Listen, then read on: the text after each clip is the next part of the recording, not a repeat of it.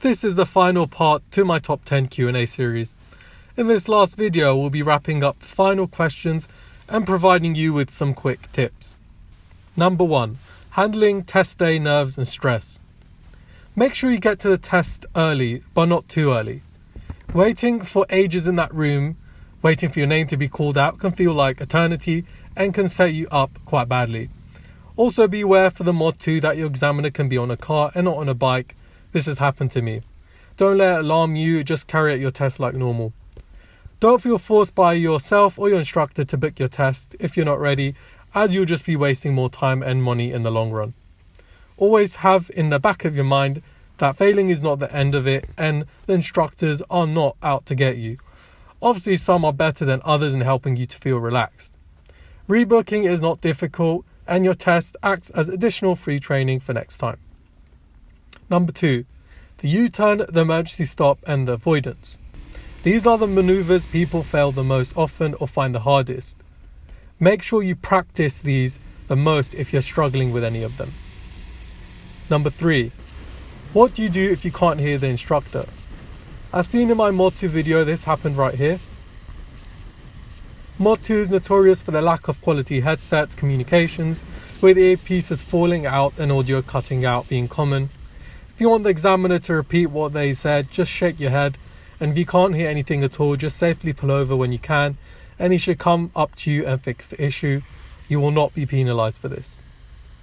Number 4. Filtering.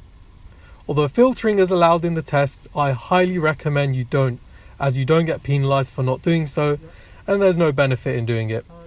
The chance of getting a major or serious or dangerous riding fault while filtering is very high. Just don't do it unless you're playing Mod 2 on expert mode.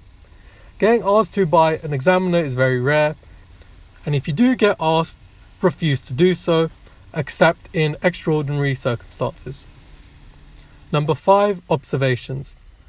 As important observations and safety is drilled into you during training, you really don't have to be excessive with this to make sure your examiner doesn't miss out. As someone rightly pointed this out in the comments on my Mod 2 video. Number 6. Does it matter if you're clutched in or neutral when you've stopped? No, either is fine.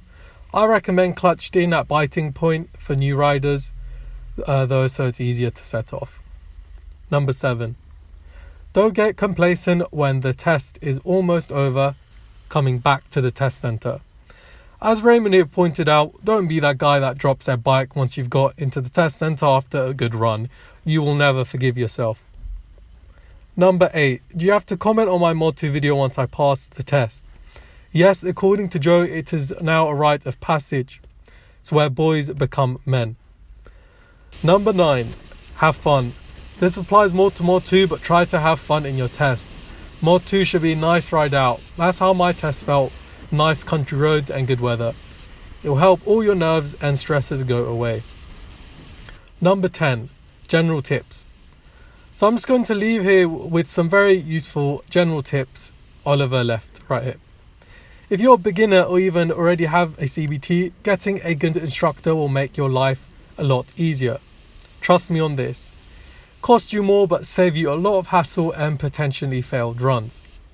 Regarding the rear brake, I've commented on this so many times before, as beginners don't understand how sensitive you need to be with them and how easy it is to lock your rear wheels by over applying it. With the slalom and figure of 8, it's so important to look where you want to go rather than the object you're avoiding, known as target fixating. A bike with ABS will make the emergency stop so much easier, and while I don't fully agree on the point of not using the rears at all, I think you should still use some. I understand the logic in avoiding it and only using the front, as it guarantees you won't look up the rear wheels. Big problem with beginners. Lastly, making the maneuver slightly harder in practice, be it with an instructor or by yourself, by moving the cones closer will make your test seem so much easier. So that is it for this particular series. I hope you enjoyed it and it helped you out. Stay tuned and subscribe for all future bike videos, more Mod 1 and 2 videos, and also car related content. See you next time.